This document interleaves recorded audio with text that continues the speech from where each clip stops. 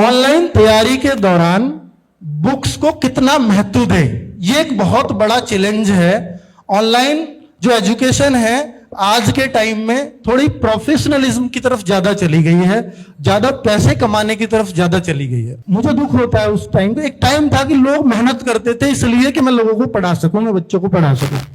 आज लोग मेहनत इसलिए करते हैं कि कैसे ज्यादा कमा सकूं। इसमें अब सबने एक तरीका निकाला है कि भाई ठीक है, कोर्स में बेच रहा हूं, इसको और कैसे बढ़ाऊं, मैं बुक्स भी बच्चों को बेचना शुरू कर दूं और बुक्स के रूप में कुछ भी कोई परोस दे रहा है। तो अब आप देखते होंगे कि जो पहले ऑफलाइन बुक्स आती थी, अब आजकल उसको बच्चे आज के कंपटीशन में नहीं पढ़ रहे हैं उतना, क्योंकि मेरे टीचर ने बोला कि बच्चा उससे पढ़ रहा है, उससे भावनात्मक रूप से जुड़ गया है। टीचर बोलता कि ये अच्छी है तो वो उसी को अच्छी मानता है और उसको ले लेता है। मैं ये नहीं कहता कि अच्छी बुक्स नहीं है, अच्छी भी बहुत है मार्केट में, अच्छी मेहनत करके भी लोग निकालते हैं, पर कुछ बिल्कुल ऐसी होती हैं कि आप अगर ना ही पढ़ो तो बेहतर है। बहुत सारी मिस्टेक्स और ये सब चीजें देखने को मिलेंगी। पर मैं आपसे कहता हूं कि देखिए, अगर आप, क्योंकि टीचर जो बुक नहीं बना पा रहा वो कहता है कि भाई मेरे नोट्स पढ़ लेना, कहीं भी कोई क्वेश्चन बाहर नहीं जाएगा इससे।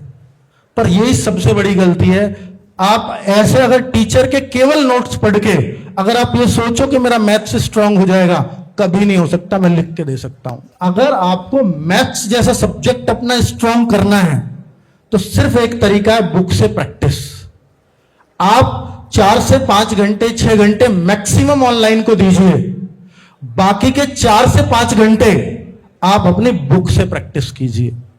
ये दोनों कॉम्बिनेशन ही आपका एग्जाम निकलवा सकते हैं, वरना कोई और ताकत नहीं है जो कितना भी आपको कुछ भी बोल ले वो एग्जाम आपका निकल जाए।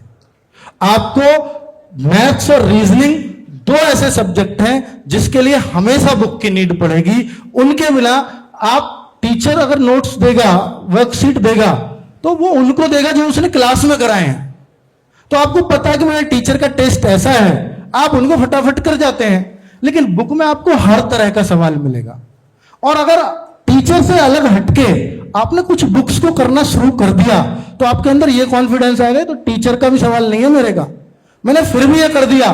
तो वो चीज कॉन्फिडेंस लेकर के आती है मैथ्स के अंदर। ठीक है, तो ये मैथ्स को स्ट्रॉन्ग करने का तरीका है कि बुक से प्रैक्टिस, टीचर से कॉन्सेप्ट सीखिए, बस उस कॉन्सेप्ट को यूज बुक में करिए। ठीक है, बाकी सब्जेक्ट आपके हो जाएंगे टीचर्स की मेहनत से भी, इंग्लिश भी, आपका हिंदी भी टीचर्स के नोट्स पढ़ने से भी हो जाएगा, जीएस भी इवन हो जाएगा।